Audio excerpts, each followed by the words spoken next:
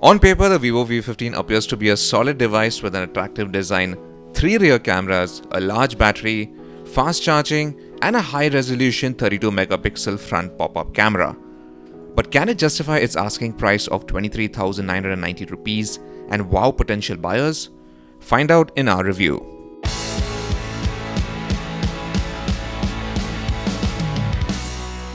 The V15 is slightly larger than the V15 Pro but has an identical design. It's a handful to hold and it tips the scales at nearly 190 grams. It will require a bit of a stretch to reach the touch controls at the top of the screen. The curved edges give the phone a comfortable in-hand feel, but the rear panel can get scuffed pretty easily. The finish is also quite glossy and picks up fingerprints and smudges easily. Now we have the glamour red color option for review, and its gradient pattern shifts between a punchy shade of magenta and deep maroon with sparkling silver dots at the bottom. The positioning of the fingerprint sensor is convenient and it is impressively quick and unlocks the device in less than a second. It has a 32 megapixel f2.0 pop-up front camera similar to what we saw on the V15 Pro. The motorized selfie camera module pops out in and out smoothly within 1 second. Now, one noticeable omission related to the front camera is the lack of face recognition.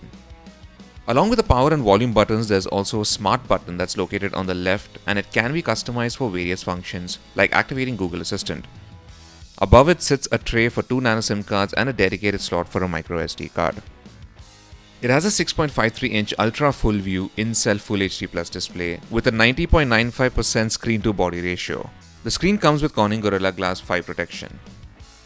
The pop-up camera gives the phone a near edge-to-edge design with thin bezels on all sides except for the chin, which is a bit thicker in comparison. The color output is good and text looks crisp on it. Viewing angles are also decent with minimal color shift when seen from different angles. The display, however, could have been better in terms of brightness. Sunlight legibility was not as good as we would expect. Another disappointment is the lack of Widevine L1 certification, so you won't be able to stream HD videos on Netflix or Amazon Prime Video. This is perplexing for a phone that costs over 20,000 rupees. Now, the V15 is powered by an octa-core MediaTek Helio P70 SoC that's clocked in at 2.1 GHz. You get 6GB of RAM and 64GB of storage, which can be expanded by up to 256GB using a microSD card. On the software side, the Vivo V15 runs Funtouch OS 9 that's based on Android 9 Pie, and our review unit had the January security patch. It comes with a ton of pre-installed apps, which include both in-house and third-party ones. Now, we found the MediaTek Helio P70 SoC to be a capable processor. In our day-to-day usage, we did not come across any shortcomings. However, gaming performance was not very impressive. PUBG Mobile was set to the medium preset by default with the medium frame rate and balanced graphics. Now, while the experience was mostly smooth, we did have to deal with sporadic lag and stutters. Asphalt 9 Legends ran without any hassles, but amping up the visual quality to high resulted in a lot of frame drops and stutters.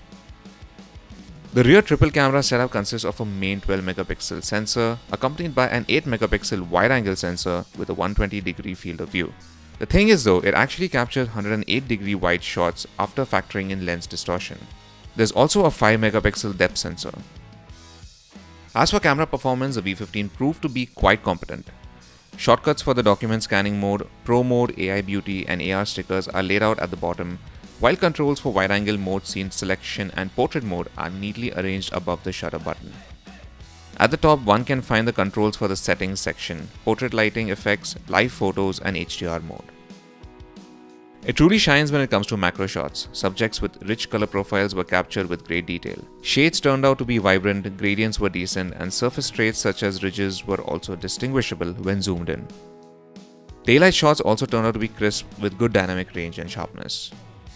Now, there are a few shortcomings too. We notice occasional color bleeding along the edges in macro shots, especially if the object in focus was brightly colored. Also, some daylight photos turned out to be a little muted and exhibited washed out colors, especially those captured under harsh lighting. Now, users might particularly miss having a night mode. The shots we took in low light exhibited grainy textures and had a considerable amount of noise. HDR mode tries to make up for this with higher saturation and contrast, but it ends up softening details. In comparison, the Redmi Note 7 Pro did a much better job at retaining details and bringing out colors. Now, as for portrait shots, they turned out well with good depth. We quite like the ability to adjust the strength of the blur effect both before and after taking a photo. The V15's cameras do a good job at locking focus and preserving detail, but edge detection could have been a tad better. A dedicated wide-angle camera is certainly one clear advantage the V15 has, letting users capture wide panoramas. We found the objects look slightly flat as if they were inclined inwards. This is only noticeable with objects that have sharp outline. Video recording resolution maxes out at Full HD with a frame rate set to 30 FPS. It is little disappointing that the V15 cannot shoot 4K or even Full HD at 60 FPS video. Recordings turn out to be decent, but the lack of stabilization on this phone means there is a lot of shaking and trembling in the videos. The 32-megapixel front camera somewhat redeems the shortcomings of the rear cameras. Selfies captured by the front camera had an impressive amount of detail with good color reproduction and sharpness. Edge detection was also fairly accurate, and the studio lighting effects help make shots social media ready by letting you add filters and colorful effects. Face beautification filters do their job as promised. They tend to change the color profile of the whole image. For example, the skin lightening filter ups the ISO, which affects the entire frame. There are also full body beautification tools that do things like reduce waistlines or making legs look thinner and longer.